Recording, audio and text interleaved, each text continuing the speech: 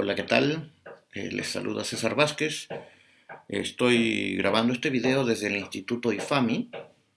Esto queda en la ciudad de Trujillo, en la costa norte del Perú. Y lo hago a solicitud del profesor Ilse, un poco para explicarles nuestra forma de trabajo y un poco nuestra trayectoria, ¿no?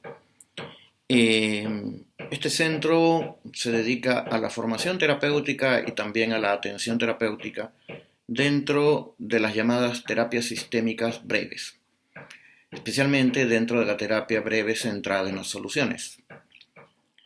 Si me permiten hablarles un poco sobre esto, la terapia breve centrada en las soluciones es parte de esta constelación sistémica, es decir, este conjunto de enfoques de terapia sistémica que se nutren de un elemento en común que es la epistemología sistémica, la idea de entender al ser humano ecológicamente, entender al ser humano como parte de relaciones sociales, relaciones familiares, grupos, y no ver a las personas como universos cerrados o como entes aislados para no entenderlos por ellos mismos, ¿no? O sea, partimos de la idea de que la conducta y la mente y los problemas no se explican a sí mismos, sino que se explican en relación a la situación en la que están viviendo, a las relaciones que mantienen, a los vínculos que mantienen. La terapia breve centrada en las soluciones parte de la siguiente idea, ¿no? De que todo ser humano, toda persona, más allá de los problemas que puedan presentar, tiene recursos. Y que estos recursos constituyen conocimientos. Y que muchas veces son conocimientos que la persona no sabe que tiene. O de repente sabe que los tiene, pero no los puede conectar con la situación que le aqueja y que trata de resolver. Nosotros consideramos que si toda persona tiene recursos, es nuestra función, nuestra labor, ayudarlos a identificar esos recursos, esos conocimientos, y también facilitar la posibilidad de que apliquen esos conocimientos a la resolución de sus problemas, de sus síntomas, de sus dificultades. ¿Con esto qué se logra? Se logra que las personas confíen más en sí mismas, abrevia la terapia. Al abreviar la terapia, obviamente, el sufrimiento también se acorta. Y se logra empoderar a las personas, porque las personas al darse cuenta que lo que están usando les sirve, y al saber cómo poderlo aplicar y replicar y sostener en el tiempo, porque eso también son metas que buscamos conseguir, entonces se pueden desprender de nosotros de una manera mucho más rápida, pero sostenible en el tiempo. No es una terapia apresurada, no es una terapia superficial como a veces algunos mencionan.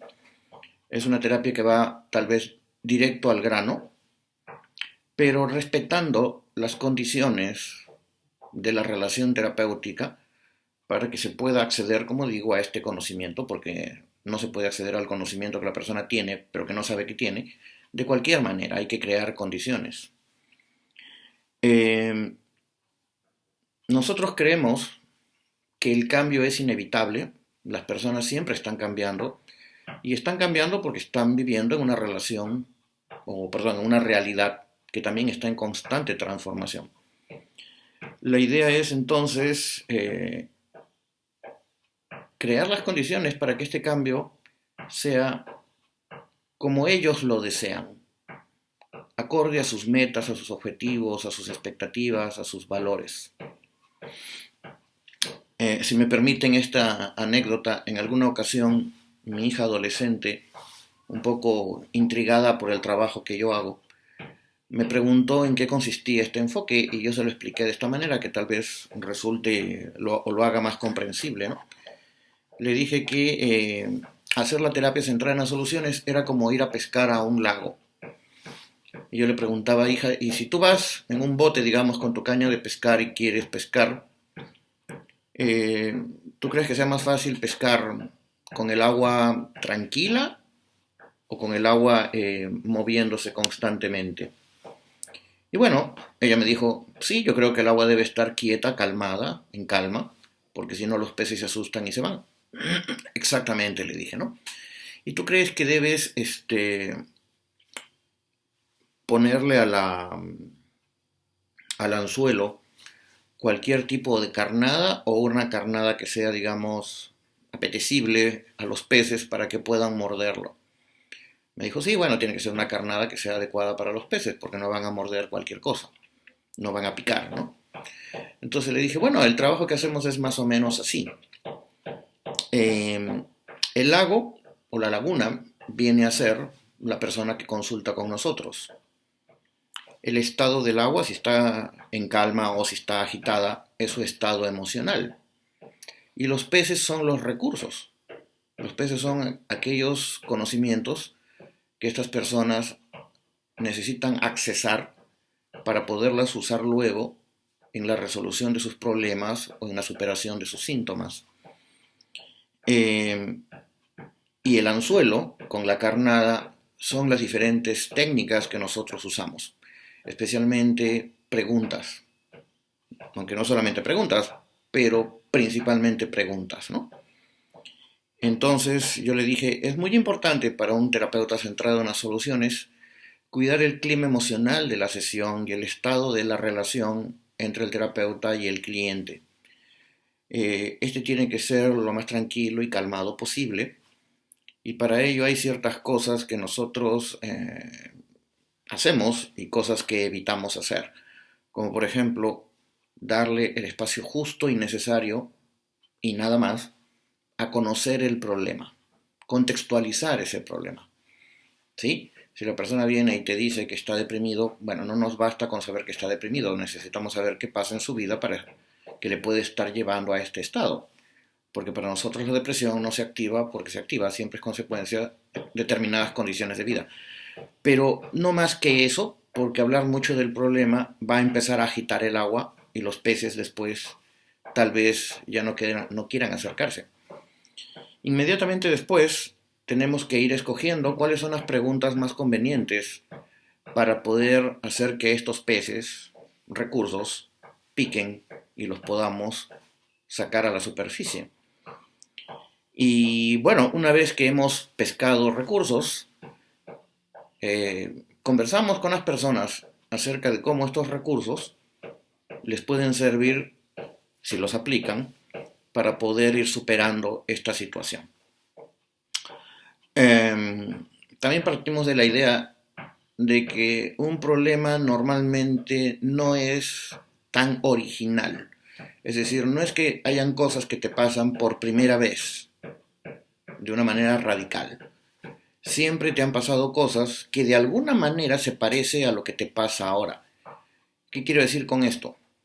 Por ejemplo, una persona que tiene dificultades con alguien, tal vez digamos con un hijo, no es la primera vez que tiene dificultades con alguien. Probablemente ha tenido dificultades en la escuela o con alguna pareja anterior o con algún hermano, qué sé yo. Lo que le sirvió en esas otras ocasiones puede servir para resolver la dificultad que tiene ahora. No quiere decir que sea algo exactamente igual, pero de eso se puede aprender. O una persona que está triste, incluso muy triste, deprimido incluso, no es la primera vez que está triste, tal vez es la primera vez que está en un nivel de depresión, pero probablemente ya ha estado triste en otras ocasiones, y con esto no quiero decir que una depresión es una simple tristeza, pero se le parece mucho.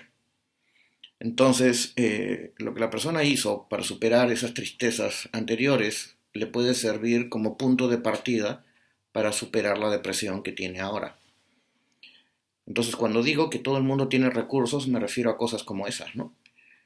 Eh, Toda persona ha tenido miedo alguna vez y para superar esos miedos ha tenido que utilizar algún tipo de estrategia, aplicar algún tipo de conocimiento, y eso también puede ser el germen para empezar a superar una fobia actualmente.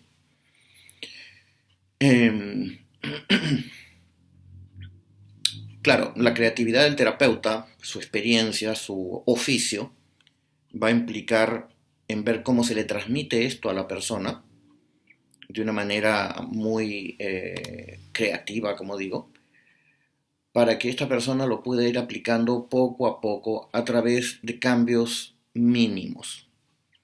Nosotros apostamos a que las personas empiecen a cambiar, pero muy lentamente, para no forzar el proceso y no generar eso que algunos llaman resistencia, pero que nosotros, desde el enfoque centrado en las soluciones, no consideramos resistencia. De hecho, en los años 80, Steve D. Chaser, uno de los fundadores del enfoque, decretó la muerte de la resistencia. Dijo que lo que para otros es resistencia, para nosotros es simplemente falta de curiosidad.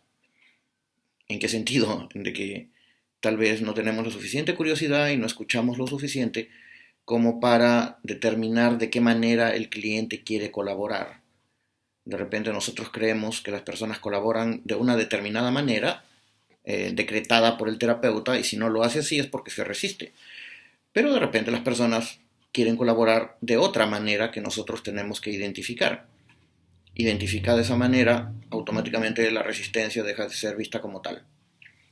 Entonces, nosotros tenemos que adecuarnos al estilo del consultante, tenemos que identificar este estilo, su ritmo, su proceso, su timing, si se quiere decir, pero siempre enfocado en las cosas que la persona tiene y en ver si podemos irlo ayudando a que lo vaya aplicando. ¿Sí?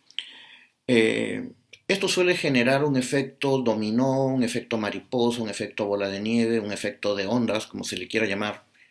Es decir, una pequeña acción puede llevar a generar cambios exponenciales muy grandes. No siempre ocurre así, pero muchas veces ocurre así. Es por eso que a veces entre la primera y la segunda sesión las personas suelen mejorar bastante.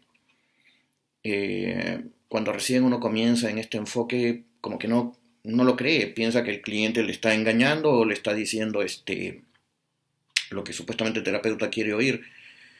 Pero no, después uno ve que esto se va sosteniendo y según las investigaciones que se han hecho, que ya no son pocas, esto se puede sostener durante años. O sea, una intervención breve de este tipo que implique un conocimiento, un saber por qué estoy mejorando, qué cosas estoy haciendo que mantienen mi mejoría, me pueden llevar a mejorar o a sostener esta mejoría de una manera permanente en el tiempo. Bueno, existen algunas herramientas dentro de este enfoque. Nosotros aquí en IFAMI estamos trabajando en un protocolo que facilite el aprendizaje de nuestros estudiantes. Ya llevamos más de 10 años difundiendo este enfoque aquí en el Perú. Si no me equivoco, creo que hemos sido los pioneros en introducir la terapia centrada en las soluciones en el Perú. Y dentro de esas herramientas que mencionaba, está, por ejemplo, la famosa pregunta del milagro, que algunos identifican como si fuera la única técnica o el único abordaje que se puede hacer. La pregunta del milagro es importante porque permite ayudar a las personas a imaginar esa realidad alternativa en la que quieren vivir y que muchas veces, por estar orientados hacia el problema, ni siquiera se toman la molestia de pensar, ¿no? Entonces, ¿en qué consiste esto? Se le dice a la persona, imagínate que, bueno, terminamos de conversar, tú te vas, haces el resto del día lo que tengas que hacer y en algún momento te vas a descansar. Y mientras estás descansando, te duermes. Y mientras duermes ocurre algo así como un milagro. Y esta dificultad por la que quieres resolver, se resuelve por milagro, sin esfuerzo de tu parte y de la noche a la mañana. Imagínate esa situación. Ahora bien, como tú estabas durmiendo, aunque el milagro ya ocurrió, aún no te has enterado.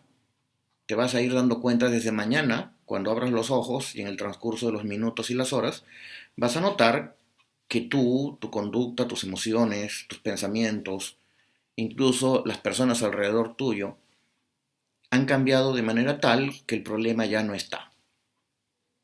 ¿Cómo te vas a dar cuenta que esto ocurrió? Entonces, es aquí donde la pregunta del milagro se convierte en el trabajo sobre la pregunta del milagro, es decir, diferentes preguntas para ir ayudando a la persona a desenrollar, desempacar este milagro, porque muchas veces la respuesta inicial que dan es una respuesta muy genérica, ¿no? Bueno, ya ocurrió el milagro, entonces mañana ¿cómo me voy a dar cuenta? Porque ya no estoy mal. Bueno, ¿y cómo te vas a dar cuenta que ya no estás mal? ¿Cuál va a ser la primera señal que te indica que ya no estás mal? Si ya no estás mal, entonces ¿cómo estás? ¿Qué vas a notar distinto en ti? ¿Quiénes se van a dar cuenta de eso? ¿Qué efecto va a tener en tu relación, pongamos, con el trabajo, con tu salud, con tu familia, con tu pareja? Entonces es ir co-construyendo con las personas esa realidad que quieren lograr.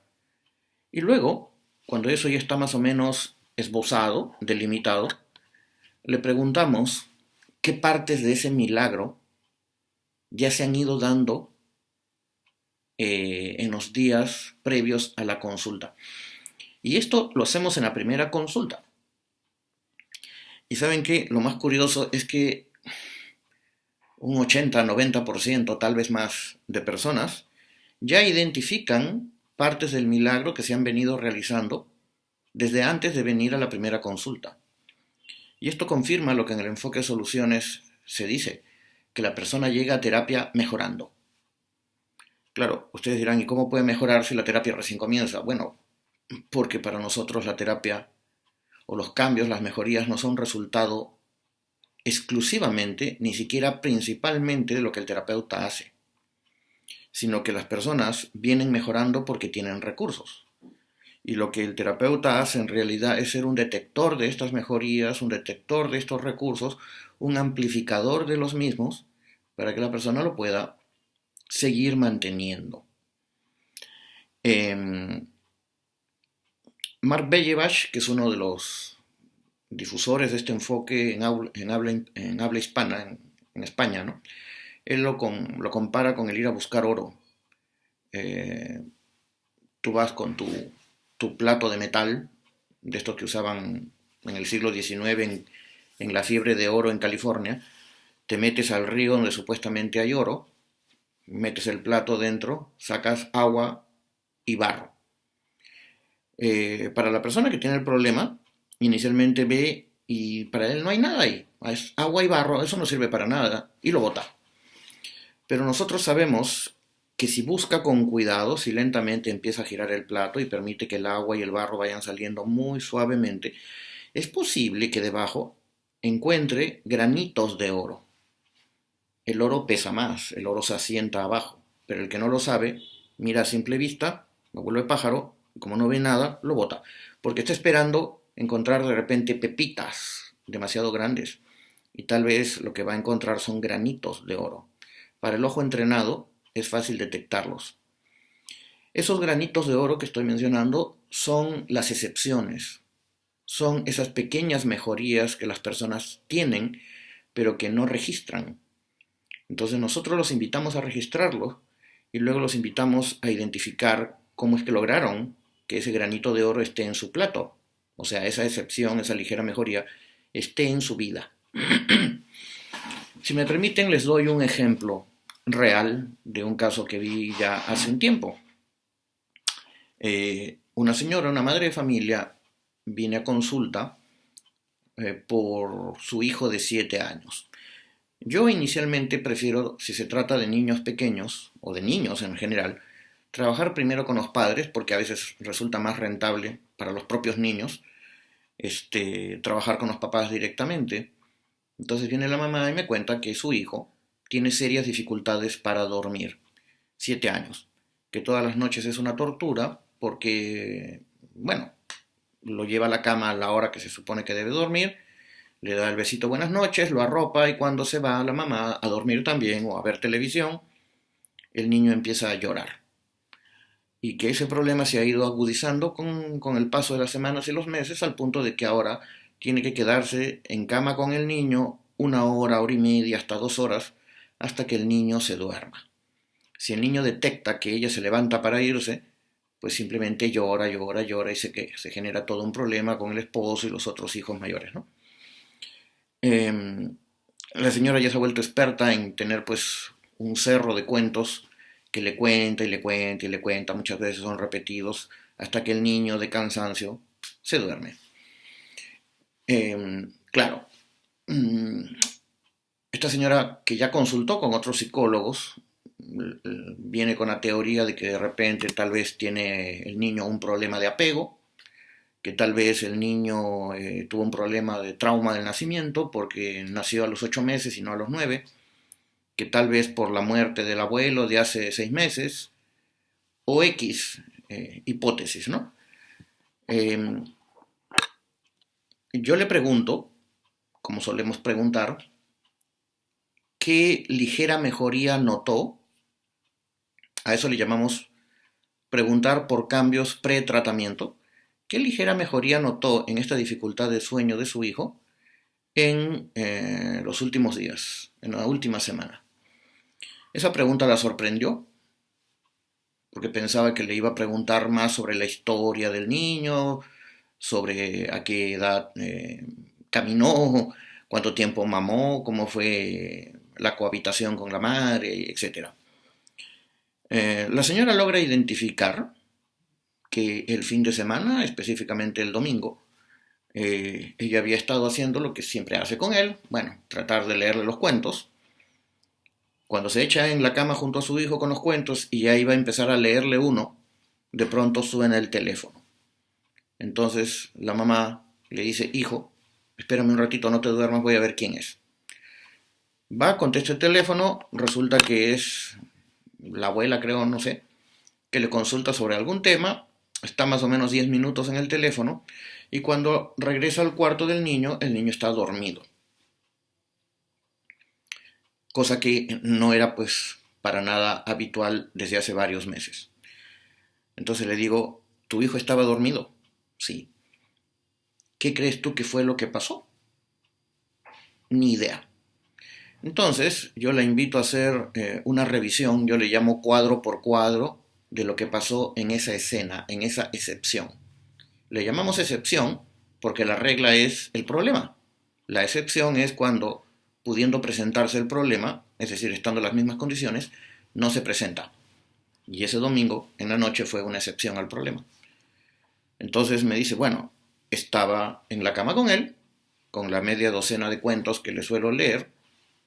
No pude ni comenzar a leer el primer cuento que sonó el teléfono. ¿Y luego qué pasó? Le dije, hijito, no te duermas, que ya vengo. Le dijiste, hijito, no te duermas, que ya vengo. Exactamente, me dijo. Normalmente, ¿qué le dices o qué le decías? Por favor, duérmete, ten compasión, estoy cansada, mira que mañana no vas a poder levantarte para ir a la escuela, etcétera, etcétera, etcétera. Y aquí lo que le dijiste fue lo contrario, hijito, no te duermas. Sí. ¿Tú crees, le dije, que valdría la pena probar para ver si allí está la diferencia que hace la diferencia? ¿Qué tal si hoy día haces lo mismo? Le dices, hijito, no te duermas, mira que tengo que ir al baño a alguna cosa. O, no sé, dile a tu esposo que en cuanto te vea entrar al cuarto de él, espere 2 minutos y haga sonar el teléfono otra vez. Y dile lo mismo, a ver qué pasa. Bueno, como ella se dio cuenta, por su propia experiencia, de que eso parece que había resultado, se animó a ponerlo en práctica. A la semana siguiente viene y me dice, bueno, de 7 días que han pasado, 5 días se ha dormido. ¿Haciendo qué? Haciendo lo que acordamos, ¿no? Hemos estado buscando pretextos para que yo tuviera que levantarme y decirle, no te duermas, por favor, espérame aquí despiertito, ya regreso. Eso fue el inicio, no digo que con eso ya todo estuvo resuelto, pero fue el inicio de empezar nuevamente a regular el sueño de su hijo. Y el problema en 2 o 3 sesiones ya estaba absolutamente resuelto. Claro, tal vez ustedes podrían pensar, ¿y si eso fue simplemente una sustitución de síntomas? Si de repente había pues ahí un conflicto en el niño, o un problema de vínculo, o yo qué sé. Bueno, tal vez sí, tal vez no. El tema es que pasan los meses y el problema no aparece otra vez, ni aparece otro problema que valga la pena llamar la atención, ¿no? O tratar. Por eso decimos que no es simplemente un maquillaje. hay evidencia de que este tipo de abordajes resuelven el problema y además generan otros cambios que probablemente no hemos estado evaluando. Para empezar, la mamá probablemente va a cambiar también su relación con el hijo porque ya ahora no lo ve como una carga o como algo que la perturba. La relación entre la madre y el esposo también va a cambiar porque ahora, bueno, ya pueden estar juntos aunque sea un rato en la noche antes de dormirse. La visión que ambos van a tener y el resto de la familia sobre el hijo también va a cambiar, es decir, las interacciones empiezan a modificarse en un sentido probablemente más positivo y todo se convierte o pasa de ser de un círculo vicioso a un círculo virtuoso. Eh, no es necesario que las personas sigan viniendo. Nosotros evaluamos en cada sesión los avances, utilizamos lo que llamamos preguntas de escala, preguntas de avance, para ver si es que las personas se están aproximando a lo que quieren lograr, a lo que tenían en mente cuando buscaron la ayuda inicialmente. Y llegado el momento le preguntamos si necesitan seguir viniendo. Y cuando nos dicen que no, pues dejamos la puerta entreabierta para que regresen si lo creen pertinente. Como dijo Matthew Seligman, que es otro terapeuta centrado en las soluciones, los terapeutas centrados en las soluciones tenemos puerta giratoria, ¿no? Las personas pueden entrar y salir cuando lo crean conveniente.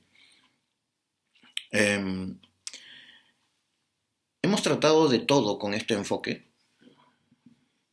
Personas que consumen drogas, alcohol, depresión profunda incluso con ideación suicida,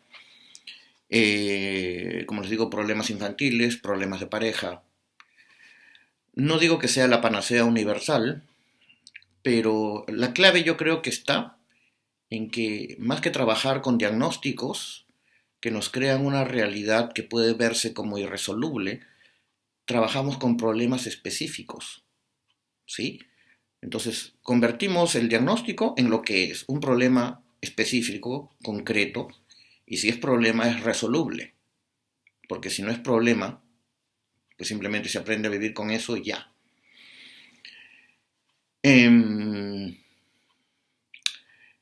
Al menos por mi parte, yo también estoy muy interesado en la hipnosis, y especialmente en la hipnosis ericksoniana.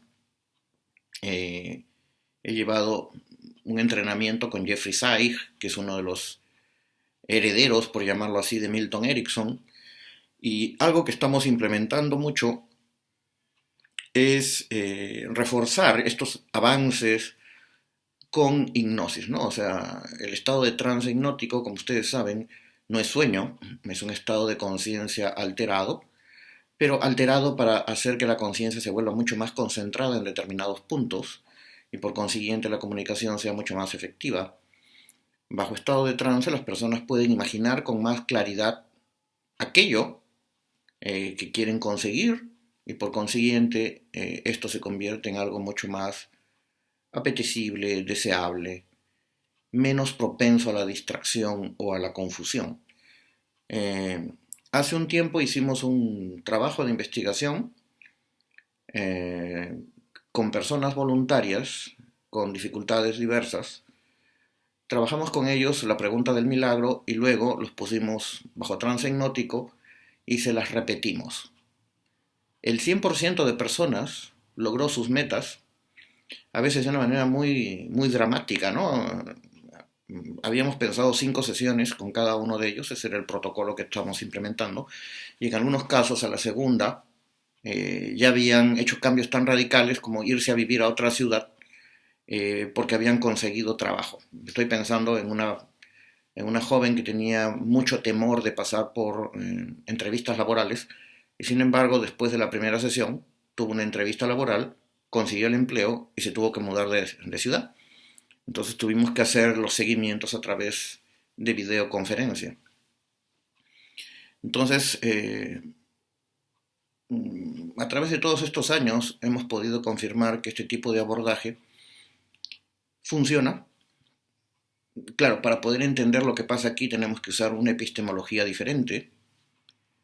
Tal vez la epistemología psicológica tradicional no resulte adecuada para poderlo comprender. La ubicación epistemológica, como ya les dije, de la terapia centrada en las soluciones es sistémica por un lado, pero también construccionista y constructivista. Tengo entendido que Rocío Chaveste, que ha sido mi maestra también, ya conversó con ustedes a través de un video y ustedes han podido eh, tener noticia del enfoque colaborativo. Bueno, la terapia de soluciones también tiene mucho de colaborativo, de socioconstruccionista, sin entrar en contradicción con lo sistémico. Tiene una visión positiva del ser humano, pero positiva con cierta evidencia, ¿no? No es un positivismo gratuito, sino un positivismo basado en la evidencia. Entonces, es lo que yo les puedo comentar. Disculpen si ha sido un poco desordenada mi exposición. Las invito a profundizar más en este enfoque y de repente en otra ocasión podemos seguir conversando sobre esto. Yo les agradezco mucho la posibilidad, al profesor Ilse también, por haberme invitado a participar y quedo a su servicio para lo que gusten. Entonces, desde Trujillo, la ciudad de la eterna primavera, donde ahorita está haciendo un poco de frío, me despido y estamos en contacto. Muchas gracias.